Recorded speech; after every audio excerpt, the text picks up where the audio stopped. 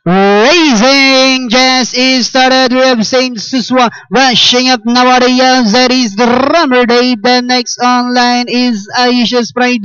And on the outside, Magnum 357. Then down on the inside, now is Scotts Barawana. Prince Jed comes next. Then followed by Jacobo's Magic. Red Senorita Ruth comes next. Money Machine second last. Wiley Story of My Life is the early trailer by about 14 lengths of the leader. Racing down the backstretch. We have the quick is driving Drummer Dave on its favorite position as the pace setter, enjoying a 2 lengths lead. And here comes Saint Suswa. Now moving up down on the inside, Aisha's Pride comes next. Magnum 357, Scotts Barawana. Then comes Senorita Ruta. Red comes next. Jacobo's Magic, Prince Jed. Then followed now by Money Machine, while a Story of My Life is racing in 11th.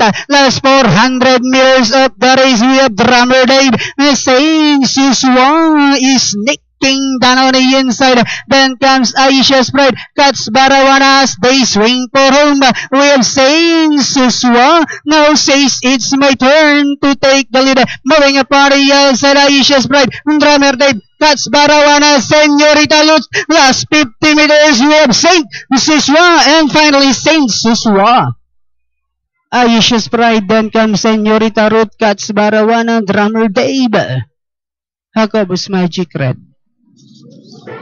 Okay, bayang karelista for this race number 6, ang ating pong unofficial winner. The favorite entry number 2, Saint Suswa. Masa segundo numero 8, Aisha's Pride. Numero 10 po natin, Senorita Ruth. Numero 4, Scotts Barawana. And 6 horse, Drummer Dave. 2, 8, 10, 4, and 6 para sa inyong unofficial placing. Tingnan natin ang inyong kakatapos na nakarera. Narito po.